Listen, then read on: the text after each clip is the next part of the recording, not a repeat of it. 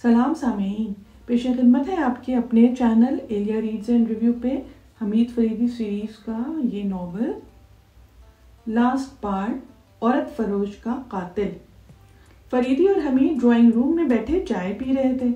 अभी तक जगदीश नहीं आया। फरीदी ने घड़ी की तरफ देखते हुए कहा था, अरे तो क्या वाकई आप इस केस की कामयाबी का जिम्मेदार उसे बनाएंगे? हमीद ने पूछा। हाँ, मैं उससे वादा कर चुका हूँ। अगर उसने लेडी सीताराम के बारे में मुझे ना बताया होता ना तो मैं जिंदगी भर कामयाब शायद नहीं हो पाता। मैंने ये सारी दर्द सरी महज शहनाज के लिए मोल ली थी। तो क्या आप वाकई शहनाज? हमीद बेख्तियार बोल पड़ा। उसका चेहरा उतर गया था। तुम अच्छे खासे उल्लू हो। अरे भाई, शहनाज की तलाश मुझे तुम्हारे ख्याल की वजह से थी। तुम इतनी जल्दी बदगुमान क्यों हो जाते हो भाई? माफ कीजिएगा, मैं समझा शायद। जी नहीं, आप बराए करम मुझसे पूछे बगैर कुछ न समझा कीजिए। मैं और औरत लाहौल वाला कुव्वत। अच्छा साहब, लाहौल वाला कुव्वत? हमीद हंस के बोला। अरे आओ आओ शहनाज। फरीदी दरवाजे की तरफ मुड़ते हुए बोला था। शहनाज मुस्कुराती हुई अंदर आई। बोलो हमीद, अब क्या कहते हो? कह दूं शहनाज से? फरीदी ने हंसकर कहा था। हमीद बौखला गया। जी क्या बात है? शहनाज बैठती हुई बोली। कुछ नहीं। हमीद जल्दी से बोला। शहनाज, कोई नई बात है? फरीदी ने पूछा था। जी कोई नई बात नहीं, मैं तो आपसे सुनने आई हूँ। हाँ, अब सारे हालात बता भी दीजिए, बहुत बेचैनी है। हमीद ने कहा। हालात कोई खास नहीं, सिवाय इसके कि मैंने बड़ी बेदर्दी से तुम्हारा सर फाड़ा था। इसकी शिकायत तो मुझे भी है। अरे आप इरादा करते ना, मैं खुद ही बेहोश हो जाता।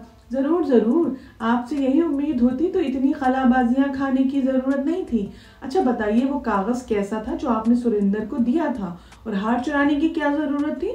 इतना ही समझने लगे तो फिर सार्जन क्यों रहो? फरीदी ने मजाक उड़ाया था। अच्छा सुनो, शुरू से बताता हूँ। जगदीश से लेडी सीताराम के मुतालिक मालूम करने के बाद मेरा इरादा खुद ब खुद इस झगड़े में पड़ने का नहीं था, लेकिन जब ये मालूम हुआ कि शहनाज गायब हो गई है तो मैंने उसी वक्त प्लॉट तैयार किया जब हम लोग उसकी तलाश में सड़कें नाप रहे थे। छुट्टी मैंने सचमुच इसीलिए लेनी चाहिए थी कि कुत्तों की नुमाइश में हिस्सा लूं। लिहाजा शहनाज के गायब हो जाने के बाद भी इसी पे अड़ा रहा कि जाऊंगा। तुम मुझे स्टेशन भी आए थे। मुझे ट्रेन पे सवार करके तुम पलट गए थे और मैं अगले स्टेशन पर उतर गया। वहां से भेस बदल के शहर आया। मुझे सर सीताराम से जान पहचान पैदा करनी थी, इसीलिए मैंने कर्नल प्रकाश का भेस बदला, क्योंकि वो भी कुत्तों का एक मशहूर शौकीन है और अपनी अफ्रीकी नस्ल के येलो डेंगू की वजह से मुझे और भी आसानी हो गई। मैंने आन लक्ष्मी में कमरा किराए में लिया जिसमें राम सिंह ठहरा था। एक दिन अचानक जब कमरे की सफाई हो रही थी तो मुझे कालीन के नीचे से खत मिला। ये लेडी सीताराम ने सुरेंद्र को लिखा था। फौरन मेरे जहन में ये बात आई कि शायद राम सिंह उन दोनों को इसी खत की वजह से ब्लैकमेल कर रहा था और इन लोगों ने तंग आकर उसे कत्ल कर दिया। अब मैंने बाकायदा काम शुरू किया। सबसे पहले मैंने तुम्हें नुमाइशगाह से खत भिजवाने का इंतजाम किया ताकि तुम्हें बिल्कुल यकीन हो जाए कि मैं वहीं हूँ। इस दौरान मैंने यहीं आलक्ष्मी में लेडी सीताराम पे डोरे डालने शुरू किए। वो बहुत जल्द काबू में आ गई। फिर मैं सर सीताराम से पार्क में मिला और जब वापस लौट रहा था तो तुम ताक़ुब मेरा करने लगे थे। अब मैं दीदा दानिस्ता तुम्हें ताक़ुब का मौका दे रहा था। तुम्हारी मौजूदगी में मैं हमेशा कोई न कोई ऐसी हरकत कर बैठता था कि जिससे तुम्हारा शुबह पुख्ता हो जाए। उस दिन बालकनी में तुमने हम दोनों की बातें सुनी और उसके बाद सुरेंद्र और रेखा की बातें भी सुनी। मुझे पहले ही यकीन था कि सर सीताराम की कोठी में कोई न कोई तय खाना जरूर है और शहनाज साहिबा इसी में है। मैं और ये तो बाद में पहले ही से अंदाजा हो चुका था कि बेचारा सर सीताराम इन वाकयात से बिल्कुल लाइल्म है। लिहाजा मैंने उस पोशीदा मकाम का पता लगाने के लिए हार चुराने वाला प्लॉट बनाया। ये मैं जानता था कि तुम सारे की तरह मेरे पीछे लगे हो, लिहाजा तुम आज भी वो हमारी गुफ्तगू सुनने की कोशिश करोगे, और ऐसा ही हुआ।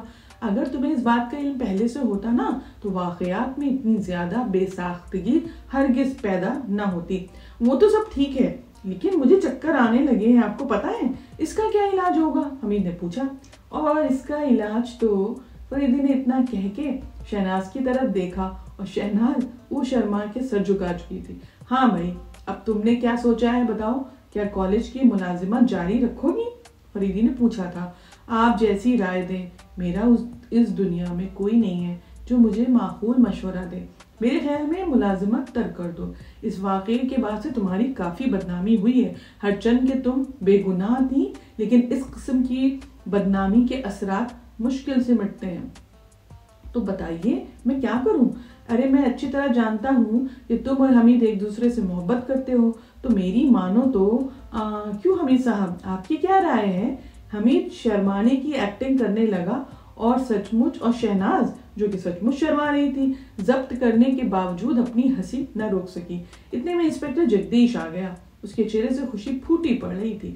ارے جگدیش آؤ، بہت خوب وقت پہ آئے ہو تم۔ فریدی نے کہا، حمید ذرا چائے کے لیے کہو تو، میں آپ کا شکریہ کس منہ سے ادا کروں؟ انسپکٹر صاحب آپ نے میرا کریئر بنا دیا ہے، شکریہ تو مجھے تمہارا ادا کرنا چاہیے۔ فریدی نے کہا، اگر تم میری مدد نہ کرتے تو یہ بیچاری شہناز صاحبہ نہ جانے کہاں ہوتی، میں نے تو صرف زبانی مدد کی تھی، لیکن آپ نے اتنی تکالیف کا سامنا کرا اور میرے لیے ترقی کی راہ بھی نکال دی۔ اگر ایسا ہی ہے تو شہناز بہن کا شکریہ ادا کرو۔ اچھا شہناز بہن آپ کا شکریہ، جگدیش نے سعادت مندانہ انداز میں کہا تھا۔ اچھا جگدیش، لیڈی اقبال کا ہار بھی لیتے جانا، یہ کارنامہ تمہارے ہی سر رہے گا۔ میں آپ کا مطلب نہیں سمجھا، جگدیش نے حیرت سے کہا تھا۔ فریدی صاحب نے اسے ہار کی چوری کے سارے واقعات بتائے اور جگدیش اس کا منہ حیرت سے کھل گیا۔ لیکن میں لیڈی اقبال سے کہوں گا کیا؟ سیدھی بات کہہ دینا، شاید بھاگتے وقت چور کے ہاتھ سے گر گیا تھا، مجھے ایک نالی میں ملا۔ آپ کے احسانات کا شکریہ کیسے میں ادا کروں؟ جگدیش نے کہا۔ اچھا یہ بتاؤ وہ سنہا کا کیا حال ہے؟ منہ لٹکا رہتا ہے، بات بات پہ مجھ پہ الجھتے ہیں۔ خیر وہ تو ہونا ہی تھا، حمید نے کہا۔ چاروں چائے پینے لگے تھے۔ کبھی کبھی حمید اور شہناز نظریں چرا کر ایک دوسرے کو دیکھ لیتے اور عجیب قسم کی شرمیلی مسکراہٹ دونوں کے ہونٹوں پہ رقص کرنے لگتی۔ یہ خوبصورت سی ناول یہاں پر تمام ہوئی۔ آپ کو یہ ناول کیسی لگی مجھے ضرور کامنٹ سیکشن میں کامنٹ کر کے بتائیے گا۔ شکریہ۔